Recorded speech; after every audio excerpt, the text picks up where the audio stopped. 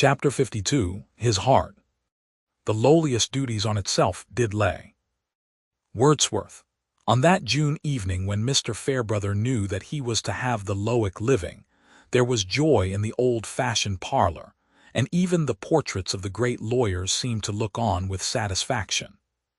His mother left her tea and toast untouched, but sat with her usual pretty primness, only showing her emotion by that flush in the cheeks and brightness in the eyes which give an old woman a touching momentary identity with her far-off youthful self, and saying decisively, "The greatest comfort, Camden, is that you have deserved it.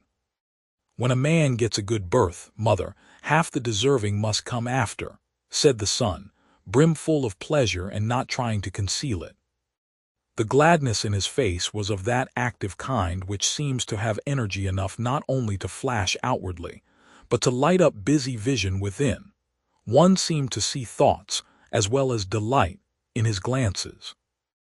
"Now, aunt," he went on, rubbing his hands and looking at Miss Noble, who was making tender little beaver-like noises, "there shall be sugar candy always on the table for you to steal and give to the children. And you shall have a great many new stockings to make presents of, and you shall darn your own more than ever." Miss Noble nodded at her nephew with a subdued, half-frightened laugh, conscious of having already dropped an additional lump of sugar into her basket on the strength of the new preferment. "As for you, Winnie," the vicar went on, "I shall make no difficulty about your marrying any Lowick bachelor, Mr. Solomon Featherstone, for example, as soon as I find you are in love with him." Miss Winifred, who had been looking at her brother all the while and crying heartily, which was her way of rejoicing, smiled through her tears and said, "You must set me the example, Cam. You must marry now." "With all my heart, but who is in love with me? I am a seedy old fellow," said the vicar, rising, pushing his chair away and looking down at himself. "What do you say, mother?" "You are a handsome man, Camden, though not so fine a figure of a man as your father," said the old lady. "I wish you would marry Miss Garth, brother," said Miss Winifred. "She would make us so lively at Lowick." "Very fine. You talk as if young women were tied up to be chosen, like poultry at market, as if I had only to ask and everybody would have me," said the vicar, not caring to specify. "We don't want everybody," said Miss Winifred. "But you would like Miss Garth, mother, shouldn't you?" "My son's choice shall be mine," said Mrs. Fairbrother with majestic discretion, "and a wife would be most welcome, Camden. You will want your whist at home when we go to Lowick, and Henrietta Noble never was a whist player." Mrs. Fairbrother always called her tiny old sister by that magnificent name. "I shall do without whist now, mother." "Why so, Camden?" "In my time whist was thought an undeniable amusement for a good churchman," said Mrs. Fairbrother, innocent of the meaning that whist had for her son, and speaking rather sharply, as at some dangerous countenancing of new doctrine. "I shall be too busy for whist. I shall have 2 parishes," said the vicar, preferring not to discuss the virtues of that game. He had already said to Dorothea, "I don't feel bound to give up St. Botolph. It is protest enough against the pluralism they want to reform if I give somebody else most of the money. The stronger thing is not to give up power, but to use it well." "I have thought of that," said Dorothea. "So far as self is concerned, I think it would be easier to give up power and money than to keep them. It seems very unfitting that I should have this patronage, yet I felt that I ought not to let it be used by someone else instead of me." "It is I who am bound to act so that you will not regret your power," said Mr. Fairbrother. His was one of the natures in which conscience gets the more active when the yoke of life ceases to gall them. He made no display of humility on the subject, but in his heart he felt rather ashamed that his conduct had shown latches which others who did not get benefices were free from. "I used often to wish I had been something else than a clergyman," he said to Lydgate, "but perhaps it will be better to try and make as good a clergyman out of myself as I can."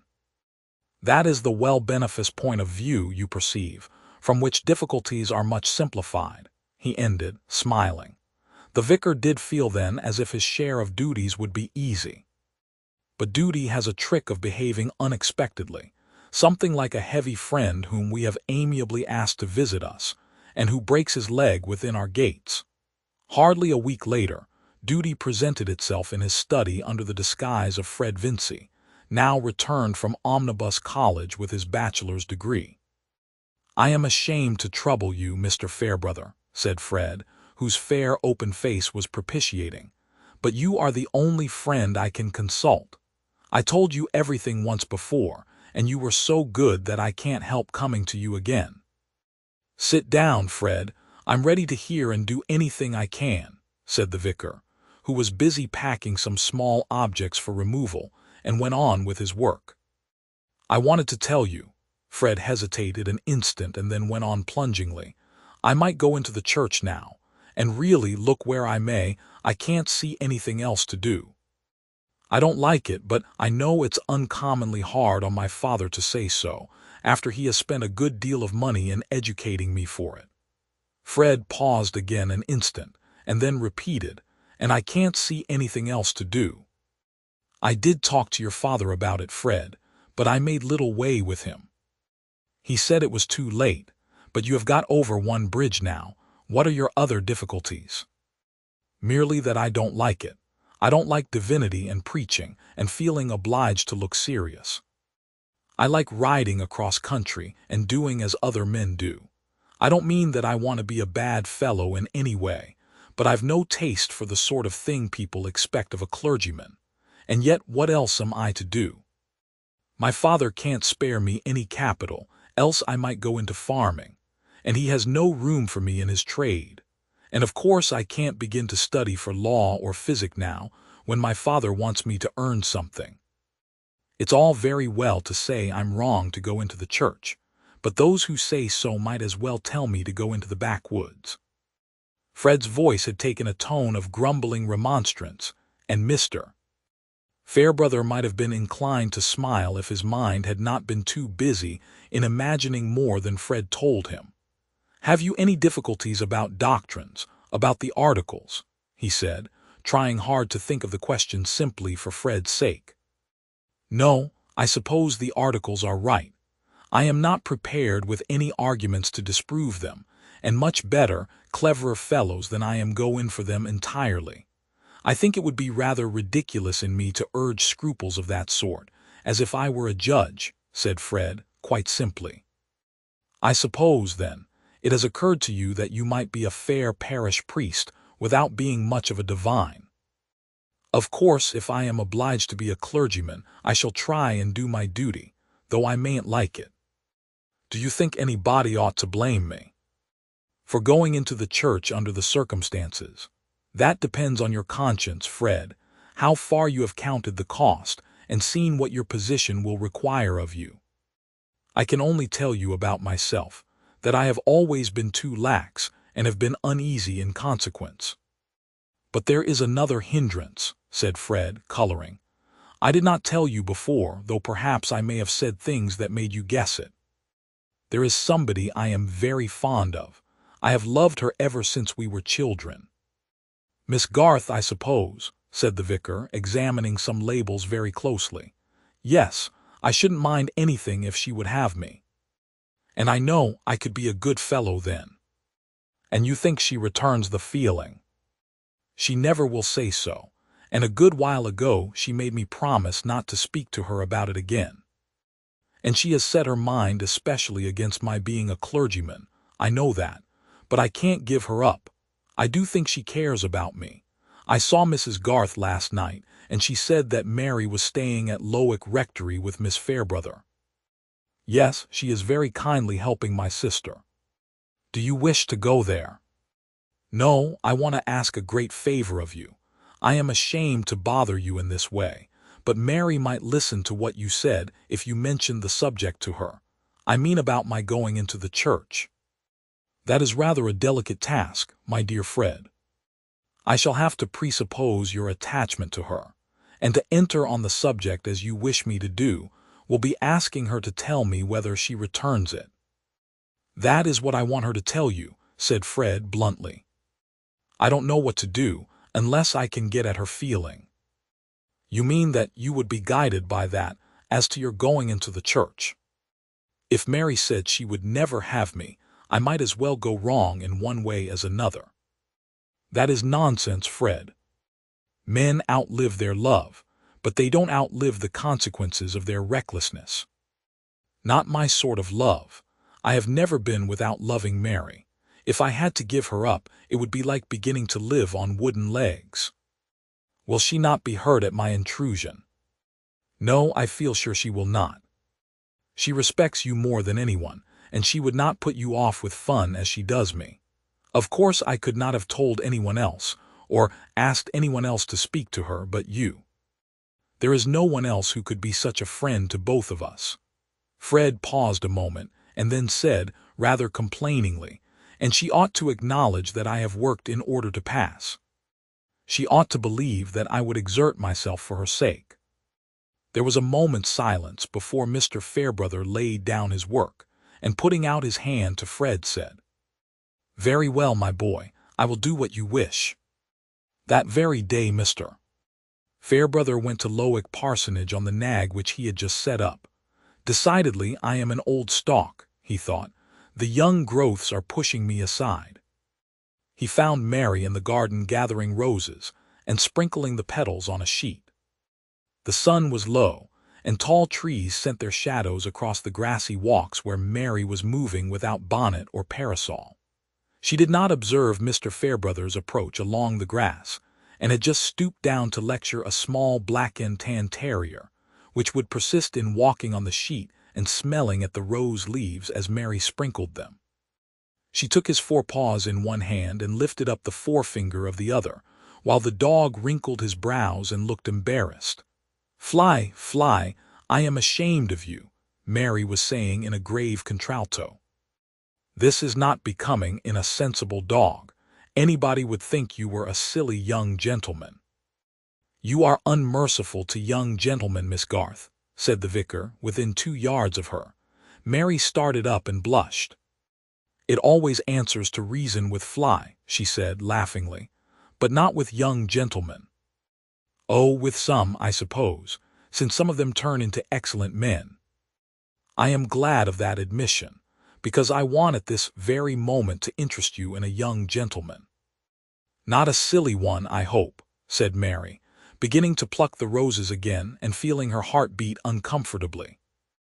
"No, though perhaps wisdom is not his strong point, but rather affection and sincerity. However, wisdom lies more in those two qualities than people are apt to imagine. I hope you know by those marks what young gentlemen I mean." "Yes, I think I do," said Mary bravely, her face getting more serious and her hands cold. "It must be Fred Vincy. He has asked me to consult you about his going into the church. I hope you will not think that I consented to take a liberty in promising to do so." "On the contrary, Mr. Fairbrother," said Mary, giving up the roses and folding her arms but unable to look up. "Whenever you have anything to say to me, I feel honored. But before I enter on that question, let me just touch a point on which your father took me into confidence. By the way, it was that very evening on which I once before fulfilled a mission from Fred, just after he had gone to college. Mr. Garth told me what happened on the night of Featherstone's death, how you refused to burn the will. And he said that you had some heart prickings on that subject, because you had been the innocent means of hindering Fred from getting his £10,000. I have kept that in mind, and I have heard something that may relieve you on that score, may show you that no sin offering is demanded from you there." Mr. Fairbrother paused a moment and looked at Mary. He meant to give Fred his full advantage, but it would be well, he thought, to clear her mind of any superstitions, such as women sometimes follow when they do a man the wrong of marrying him as an act of atonement. Mary's cheeks had begun to burn a little, and she was mute. "I mean that your action made no real difference to Fred's lot. I find that the first will would not have been legally good after the burning of the last. It would not have stood if it had been disputed, and you may be sure it would have been disputed. So on that score you may feel your mind free." "Thank you, Mr. Fairbrother," said Mary earnestly. "I am grateful to you for remembering my feelings. Well, now I may go on. Fred, you know, has taken his degree. He has worked his way so far, and now the question is, what is he to do? That question is so difficult that he is inclined to follow his father's wishes and enter the church, though you know better than I do that he was quite set against that formerly. I have questioned him on the subject, and I confess I see no insuperable objection to his being a clergyman, as things go. He says that he could turn his mind to doing his best in that vocation, on one condition. If that condition were fulfilled, I would do my utmost in helping Fred on.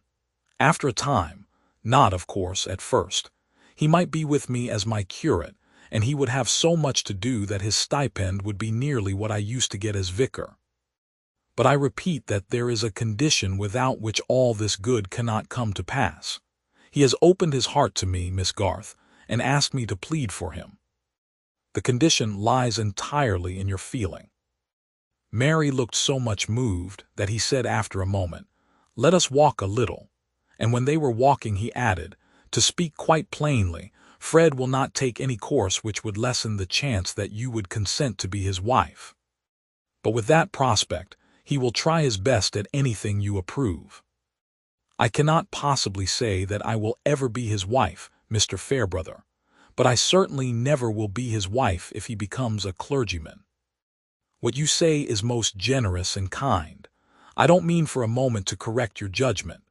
It is only that I have my girlish, mocking way of looking at things," said Mary, with a returning sparkle of playfulness in her answer which only made its modesty more charming. "He wishes me to report exactly what you think," said Mr. Fairbrother. "I could not love a man who is ridiculous," said Mary, not choosing to go deeper.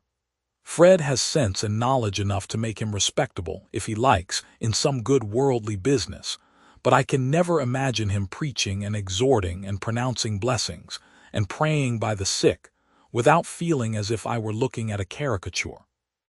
His being a clergyman would be only for gentility's sake, and I think there is nothing more contemptible than such imbecile gentility. I used to think that of Mr. Crowe's, with his empty face and neat umbrella and mincing little speeches. What right have such men to represent Christianity, as if it were an institution for getting up idiots genteelly, as if—" Mary checked herself. She had been carried along as if she had been speaking to Fred instead of Mr. Fairbrother. "Young women are severe. They don't feel the stress of action as men do, though perhaps I ought to make you an exception there. But you don't put Fred Vincy on so low a level as that." "No, indeed, he has plenty of sense, but I think he would not show it as a clergyman. He would be a piece of professional affectation." "Then the answer is quite decided. As a clergyman he could have no hope." Mary shook her head. "But if he braved all the difficulties of getting his bread in some other way, will you give him the support of hope? May he count on winning you?" "I think Fred ought not to need telling again what I have already said to him," Mary answered, with a slight resentment in her manner. "I mean that he ought not to put such questions until he has done something worthy, instead of saying that he could do it." Mr. Fairbrother was silent for a minute or more, and then, as they turned and paused under the shadow of a maple at the end of a grassy walk, said, "I understand that you resist any attempt to fetter you, but either your feeling for Fred Vincy excludes your entertaining another attachment, or it does not. Either he may count on your remaining single until he shall have earned your hand, or he may in any case be disappointed. Pardon me, Mary, you know I used to catechize you under that name, but when the state of a woman's affections touches the happiness of another life, of more lives than one, I think it would be the nobler course for her to be perfectly direct and open." Mary in her turn was silent, wondering not at Mr. Fairbrother's manner but at his tone, which had a grave, restrained emotion in it. When the strange idea flashed across her that his words had reference to himself, she was incredulous, and ashamed of entertaining it. She had never thought that any man could love her except Fred, who had espoused her with the umbrella ring, when she wore socks and little strapped shoes. Still less that she could be of any importance to Mr. Fairbrother, the cleverest man in her narrow circle. She had only time to feel that all this was hazy and perhaps illusory, but one thing was clear and determined, her answer. "Since you think it my duty, Mr. Fairbrother, I will tell you that I have too strong a feeling for Fred to give him up for anyone else. I should never be quite happy if I thought he was unhappy for the loss of me. It has taken such deep root in me, my gratitude to him for always loving me best, and minding so much if I hurt myself, from the time when we were very little. I cannot imagine any new feeling coming to make that weaker. I should like better than anything to see him worthy of everyone's respect, but please tell him I will not promise to marry him till then. I should shame and grieve my father and mother. He is free to choose someone else." "Then I have fulfilled my commission thoroughly," said Mr. Fairbrother, putting out his hand to Mary, "and I shall ride back to Middlemarch forthwith. With this prospect before him, we shall get Fred into the right niche somehow, and I hope I shall live to join your hands. God bless you." "Oh, please stay, and let me give you some tea," said Mary. Her eyes filled with tears, for something indefinable, something like the resolute suppression of a pain in Mr. Fairbrother's manner, made her feel suddenly miserable, as she had once felt when she saw her father's hands trembling in a moment of trouble. "No, my dear, no, I must get back." In 3 minutes the vicar was on horseback again, having gone magnanimously through a duty much harder than the renunciation of whist, or even than the writing of penitential meditations.